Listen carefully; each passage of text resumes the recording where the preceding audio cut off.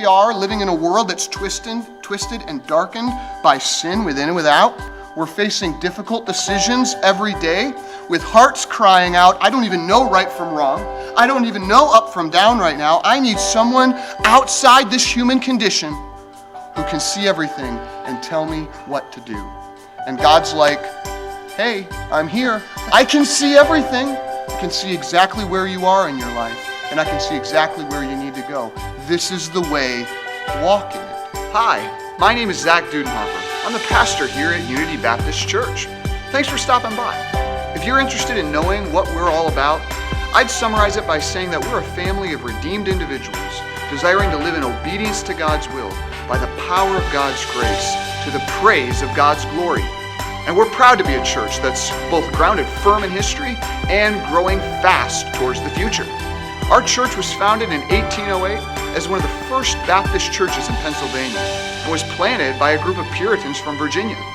By God's grace, we've continued that heritage of biblical faithfulness, and we're excited to be passing on that unchanging truth to the next generation. Unity Baptist Church has a diverse congregation of both young members and old, and we delight in ministering to each and every one of them.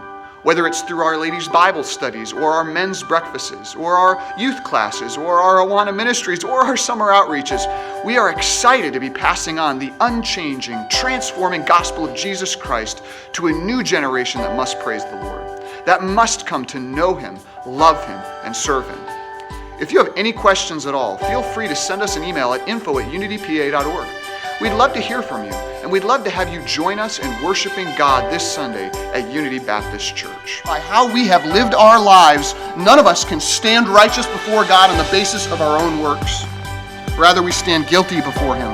To what consequence? Romans 6:23 says, for the wages of sin, that is the consequences of disobeying God and the consequences of treating God as little worth in your life, is death. But the free gift of God is eternal life in Jesus Christ our Lord. And yet the glory of what we're about to study as a church is that there is good news in light of all of this. There is a remedy not found inside us, but a remedy that is found from outside of us.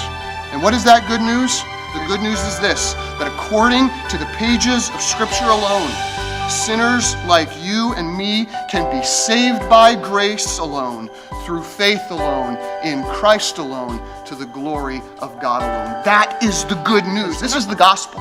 As Psalms 119:88 states, forever, O Lord, your word is firmly fixed in the heavens. What God meant 4,000 years ago, when it was written down in Scripture, is exactly what He means today. For there is one God, and there is one mediator between God and man, not the Pope, not a priest, not a pastor, the man, Christ Jesus. If you want to draw near to God, you must draw near to God through Christ alone. You don't need church sacraments. You don't need Mass. You don't need baptism. You don't need acts of penance. You don't need to reform your life first to secure an eternal redemption. You just need Jesus.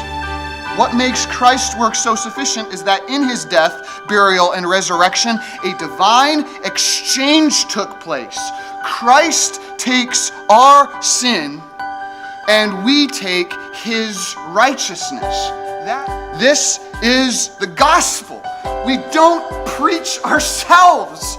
We don't preach moral reform. We preach Christ.